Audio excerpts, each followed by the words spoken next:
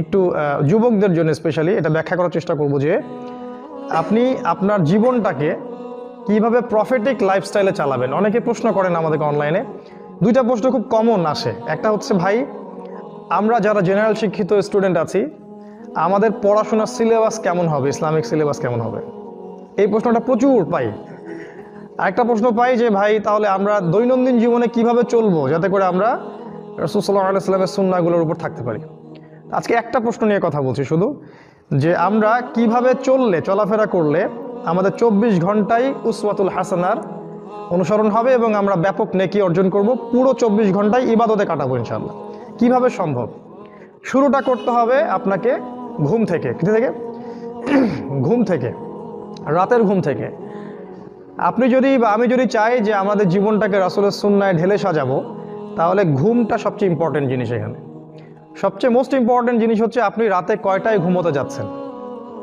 ঠিক আছে, আমি একটা আয়াত বলেছি শুরুতে, আয়াতটা একটু অনুবাদ করি।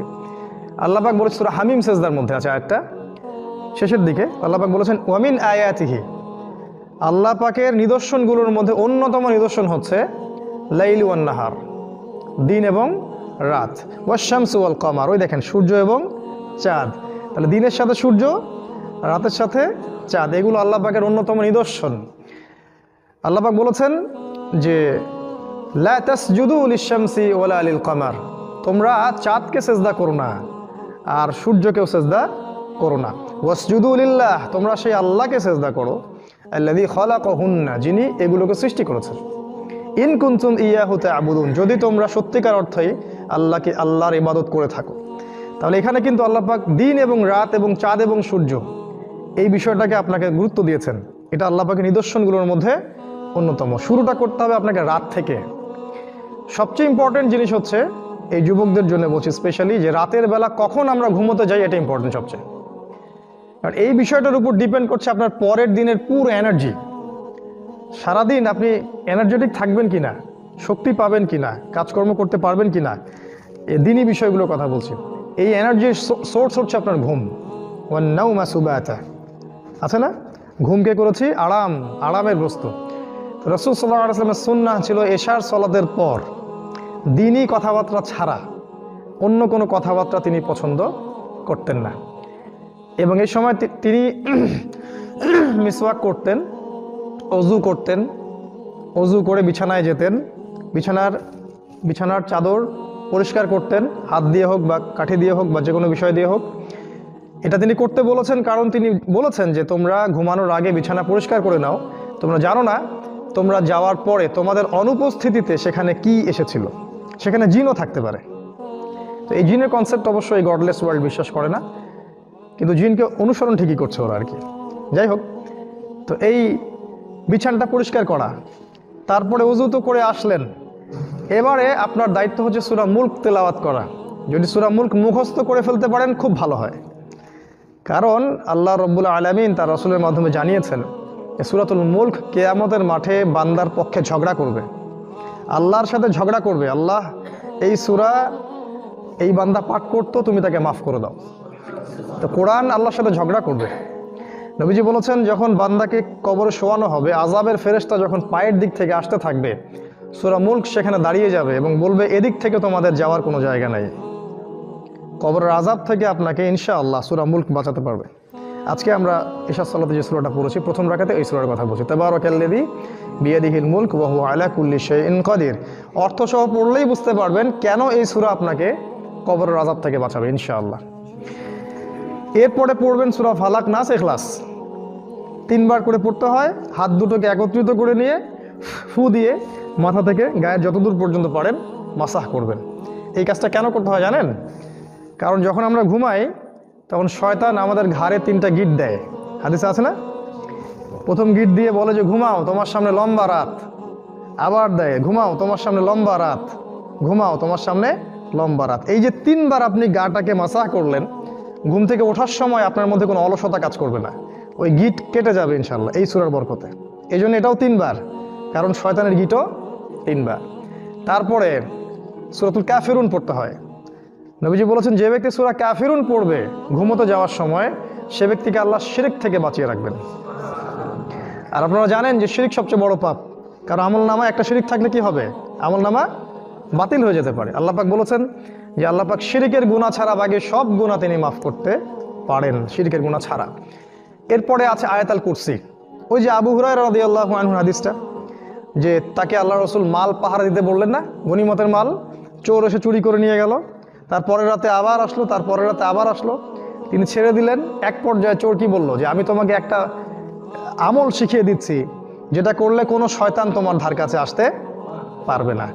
তখন তিনি তো আমলের আগ্রহী ছিলেন, সাহাবায়ে কেরাম শিখতে চাইলেন, তো ইবলিস শিখিয়ে দিল যদি আয়াতুল কুরসি রাতের বেলা তেলাওয়াত করো শয়তান তোমার কাছে আসতে পারবে না ইনশাআল্লাহ। নবী সাল্লাল্লাহু আলাইহি ওয়াসাল্লাম পরের দিন ফজরের সময় আবু হুরায়রা রাদিয়াল্লাহু আনহুকে বলছেন, তোমার রাতের সাথীর কি খবর? খবর তো নবীর কাছে পৌঁছে গেছে আগে থেকে, তাই না? তো আবু হুরায়রা রাদিয়াল্লাহু আনহু বললেন, ইয়া রাসূলুল্লাহ, আমি তোকে ছেড়ে দিয়েছি, ও তো আমাকে একটা আমল শিখিয়ে দিয়েছে। কি আমল? যে এই আমল।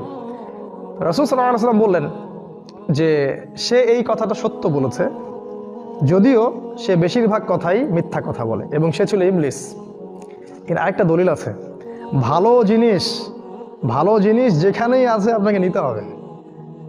ভালো মধু যেখানে আছে আপনাকে নিতে হবে মধু, বুঝতে পারেন নাই?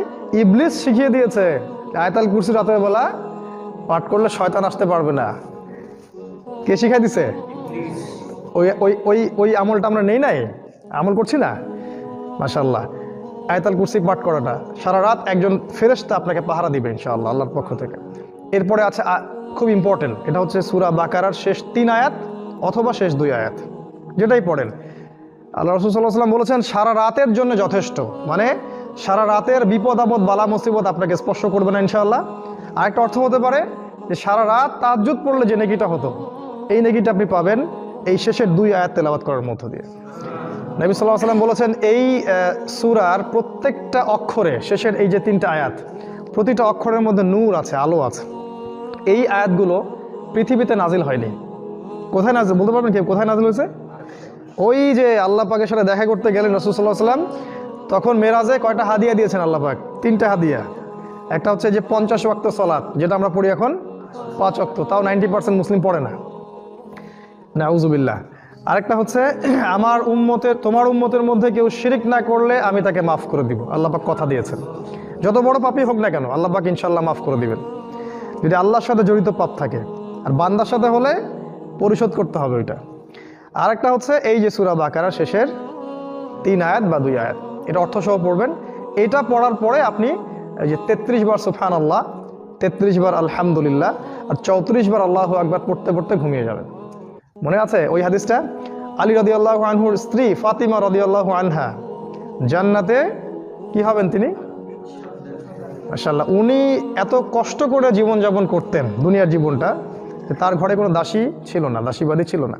কাজ করতে করতে হাতে অনেক সময় কড়া পড়ে যেত।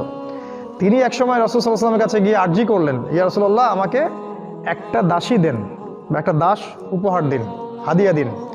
বাবার কাছে মেয়ে চাইতে পারে না, কিন্তু রাসূল সাল্লাল্লাহু আলাইহি ওয়াসাল্লাম মেয়েকে কি শিক্ষা দিচ্ছেন দেখেন। তিনি তখন দাসী দিলেন না, বাসায় ফিরে যেতে বললেন। পরে আলী রাদিয়াল্লাহু আনহু আসলেন, তিনি তাকেও বাসায় ফেরত পাঠালেন। এবার শ্বশুর, উনি তো শ্বশুর এখন, উনি তাদের ঘরে ঢুকছেন রাত্রেবেলা। আলী রাদিয়াল্লাহু আনহু বলেছেন রাসূল সাল্লাল্লাহু আলাইহি ওয়াসাল্লাম আমাদের ঘরে ঢুকলেন, আমাদের বিছানার উপরে এসে বসলেন, চিন্তা করেন। এবং আলী রাদিয়াল্লাহু আনহু বলেছেন তার পায়ের যে ঠান্ডা অংশটা ছিল এটা আমি আমার বুকের মধ্যে স্পর্শ করতে পারছিলাম। চিন্তা করে দেখেছেন?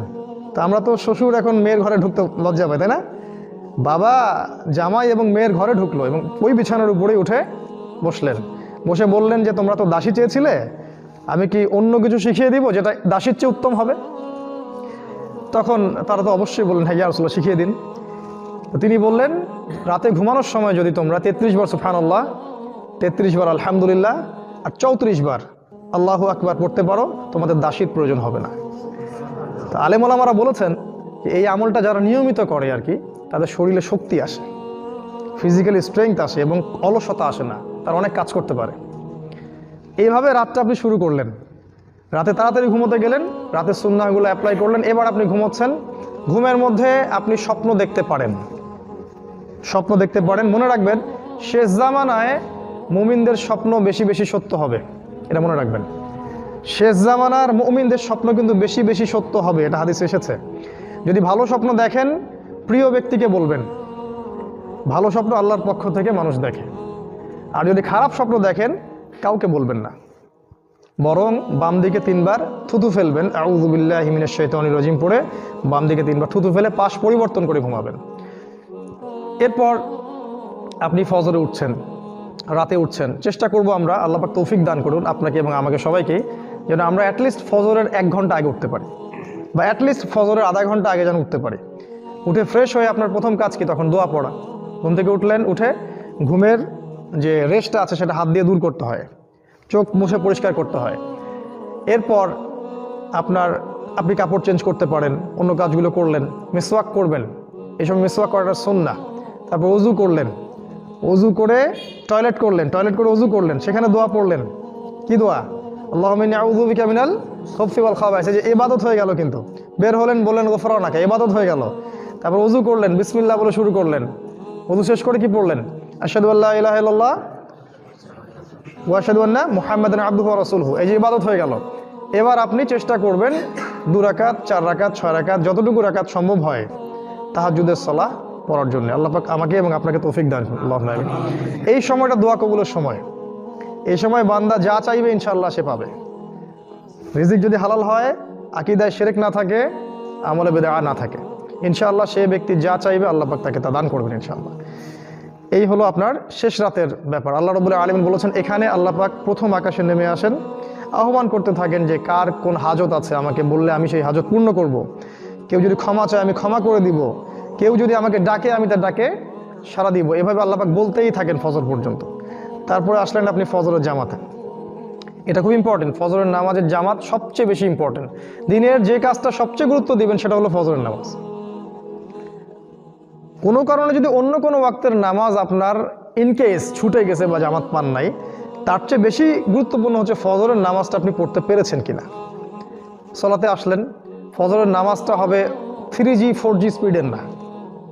কথা বুঝতে পারেননি? নামাজটা এখন অনেক রকম হয়েছে, 1G 2G 3G 4G, সামনে 5Gও হবে। মানে নামাজে দাঁড়ালে মনে হয় সব ব্যস্ততা নামাজেই, মানে পেশাব পায়খানার চাপ নিয়ে নামাজ পড়তেছে, ভাবটা এমনি এরকম আর কি। এত দ্রুত নামাজ পড়ে যে রুকু করলে সেজদা পাই না, এক সেজদা করলে এক সেজদা পাই না। অনেক মসজিদে এই অবস্থা, আপনারা জানেন না আমার চেয়ে ভালো বিষয়টা। তো এভাবে না, সলাতে রাসূল সাল্লাল্লাহু আলাইহি ওয়াসাল্লাম ফজরের নামাজ লম্বা করতেন, ইসফার করে, মানে লম্বা করে, মিনিমাম 50-100 আয়াত পড়তেন। আচ্ছা 100 আয়াত না পড়ি, মিনিমাম 20-30 আয়াত তো পড়া যায়, 1 পৃষ্ঠা 2 পৃষ্ঠা তো পড়া যায়। লম্বা করে পড়লেন, ফজরের নামাজ পড়ার পর আপনি তাসবিহ তাহলিল করলেন। ও নামাজে একটা বিষয় বলি, নামাজের তারতিলটা রক্ষা করার সাথে সাথে সেজদায় একটু দোয়া করার চেষ্টা করবেন। ইমামদের উচিত একটু সময় দেয়া, কারণ সেজদা হচ্ছে দোয়া কবুলের সবচেয়ে কাছাকাছি জায়গা। এত কাছে বান্দা আল্লাহর যেতে পারে না যতটা সেজদায় বান্দা আল্লাহর কাছে যায়। এই সময় আপনি আরবি দিয়ে দোয়া করতে পারেন ফরজ নামাজে। আল্লাহুম্মা আতিনা ফিদ দুনিয়া হাসানা ওয়া ফিল আখিরাতি হাসানা ওয়া কিনা আযাবান নার, আল্লাহুম্মা আইন্নি আলা যিকরিকা ওয়া শুকরিকা ওয়া হুসনি ইবাদাতি। কত দোয়া আছে, কত দোয়া আছে। আল্লাহুম্মা হাবলি মিনাস সালিহিন, আল্লাহুম্মা বারিক লানা ফিমা আতাইতানা। যত দোয়া আছে আপনার জানা, আপনি সেজদায় করবেন, ইনশাআল্লাহ কবুল হয়ে যাবে। দেখেন, একজন হুজুরকে গিয়ে বললেন, হুজুর আমার বাসায় এসে আমার জন্য দোয়া করে দেন, এটা কবুল হওয়ার চান্স 10% বা 5% বা তারও কম, বা নাও হতে পারে। কারণ ওই হুজুর কত মনোযোগ দিয়ে দোয়া করছে আপনি তো বুঝেন নাই। কিন্তু আপনি যখন সেজদায় আপনার মনের আবেগটা ঢেলে দিয়ে আল্লাহর সামনে দোয়া করবেন, এটাই আল্লাহ চাচ্ছেন দেখতে, যে আপনি চোখের পানি ঢেলে দিয়ে আল্লাহর কাছে দোয়া করতে পারেন কিনা। নামাজ শেষ, এখন তাড়াহুড়া করে চলে যাওয়া সুন্নত না, নামাজের পরে বসে থাকতে হয়। এবং ফজরের পরের এই বরকতময় সময়টা বসে বসে আল্লাহ পাকে জিকির করতে হয়। প্রচুর জিকির আছে, আমার তো মনে হয় 50-60টার মতো জিকির আছে ফজরের পরে করতে হয়। খুব ইম্পর্টেন্ট কয়েকটা বলছি। এই যে আয়াতুল কুরসি আপনি ফজরের নামাজের পরে পাঠ করলে কি হবে? মৃত্যু ছাড়া আপনার জান্নাতে যাওয়ার কোনো বাধা নাই। একটা হাদিস এসেছে, প্রত্যেক ফরজ নামাজের পরে যারা আয়াতুল কুরসি পড়বে, মৃত্যু ছাড়া ওদের জান্নাতে যাওয়ার কোনো বাধা থাকবে না ইনশাআল্লাহ। এরপরে আছে ওই যে সুবহানাল্লাহ, আলহামদুলিল্লাহ, আল্লাহু আকবার, তাসবিহগুলো আছে। তারপরে আউযু বিকালিমাতিল্লাহি তাম্মাতি মিন শাররি মা খালাক 3 বার পড়তে হয়। কি হবে পড়লে? হঠাৎ বিপদ আপদ হবে না আপনার ইনশাআল্লাহ, হঠাৎ করে বিপদ আপদে পড়বেন না ইনশাআল্লাহ। আর একটা খুবই খুবই ইম্পর্ট্যান্ট এবং শক্তিশালী দোয়া আছে, বিসমিল্লাহিল্লাযী, জানেন তো এটা? লা ইয়াদুররু মা ইসমিহি শাইউন ফিল আরদি ওয়ালা ফিস সামাই ওয়া হুয়াস সামিউল আলিম। সকাল থেকে সন্ধ্যা পর্যন্ত আপনি নিরাপদ। আল্লাহ পাক আপনাকে হেফাজত করবেন সমস্ত বালা মুসিবত থেকে ইনশাআল্লাহ। এই যে করোনা টরোনা যাই বলেন, দোয়ার উপর কিছু নাই। প্রথম থেকে একটা কথা বলেছিলাম একদম শুরু থেকেই, যে কোরআন এই কোরআন তিলাওয়াত যে বেশি বেশি করে করতে পারবে, তাকে যদি ইফেক্টও করে সে শিফা হয়ে যাবে ইনশাআল্লাহ। আল্লাহ পাক সূরা বনী ইসরাঈলে বলে দিয়েছেন কথাটা। সূরা বনী ইসরাঈলের মধ্যে বলা আছে কথাটা, যে ওয়াইদা করাতাল কোরআন, যখন তুমি কোরআন তেলাওয়াত করবে হে নবী, জাআলনা বাইনাকা ওয়া বাইনাল লাযিনা লা ইউমিনুনা বিল আখিরাহ হিজাবাম মাসতুরা, যখন তুমি কোরআন তেলাওয়াত করবে তখন তোমার মাঝখানে এবং ওই আল্লাহহীন সভ্যতার মাঝখানে আমি একটা অদৃশ্য পর্দা স্থাপন করে দেব, নিরাপত্তার পর্দা স্থাপন করে দেব। ওখান থেকে কোনো ক্ষতি আপনাকে স্পর্শ করতে পারবে না।